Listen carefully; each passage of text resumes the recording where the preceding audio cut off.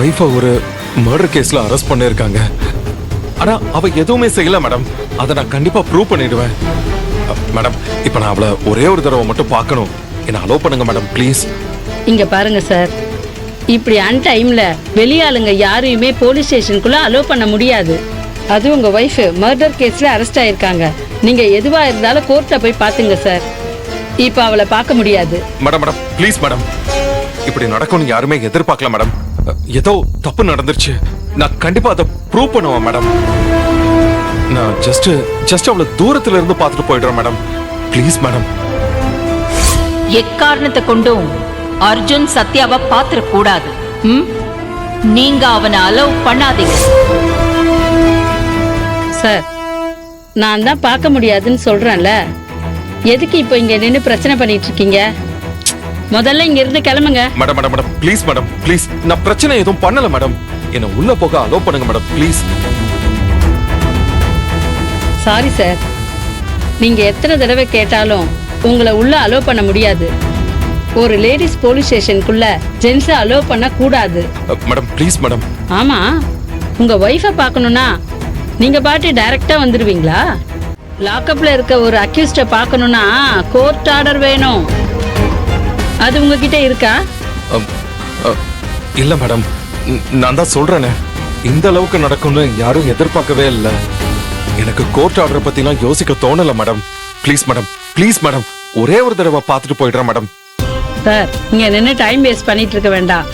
இங்க இருந்து மரியாதையே கிளம்புங்க. Please madam. இல்லனா இதுக்கும் லீகல் ஆக்ஷன் எடுக்க வேண்டி இருக்கும். கிளம்புங்க சார். சார் போங்க சார், சொல்றேன்ல. மேடம். சார் போங்கன்னு சொல்றேன்ல, போங்க.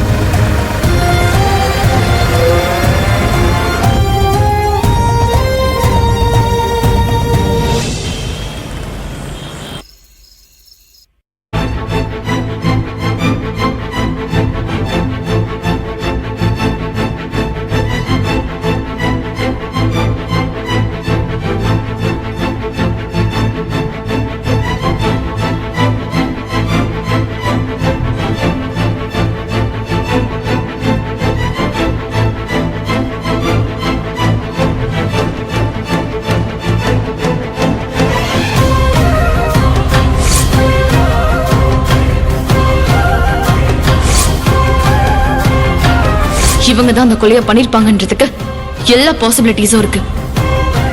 சோ நீங்க அவங்களையும் இந்த கேஸ்ல இன்வெஸ்டிகேஷன்ல இன்க்ளூட் பண்ணுங்க.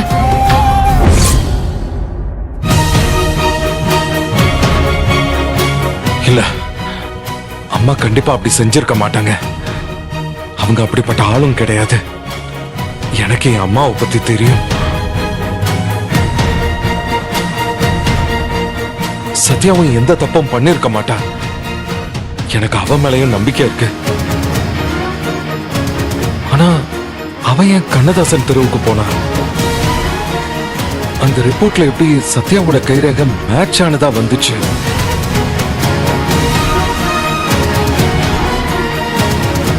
இல்ல, இதுல ஏதோ தப்பு நடந்திருக்கு.